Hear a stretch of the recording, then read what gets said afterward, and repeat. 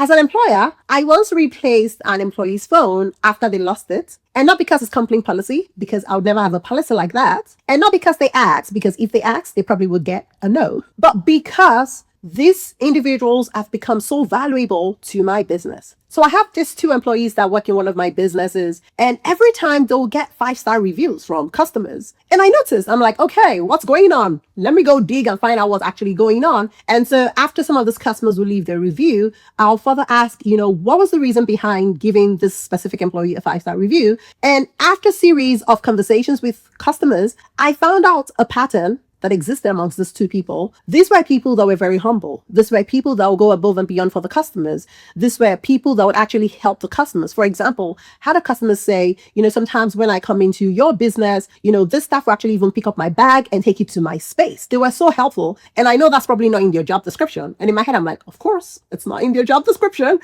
but they will just do these things. They would offer them water, they'll ask if they need anything. One of the clients actually reached out to us. We have not sent in the feedback reports, right? This person actually reached out and said, I would like to call to give my feedback. And this person spoke for about a minute praising these people. And that's when I knew that, yeah, I got this good people on my team.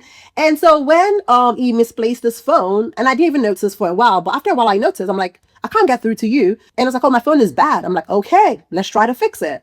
And, he tried to fix it, wasn't still working. So I'm like, you know what, let's just get you a new phone. And that's how he got himself a phone.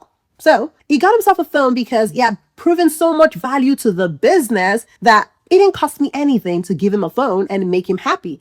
And that's what really happens when, you're valuable to your business. You are, making the customers happy, because for every time you make my customers happy, guess what? I get more business. And so if I get more business, I definitely will reward you. So that's how it happened.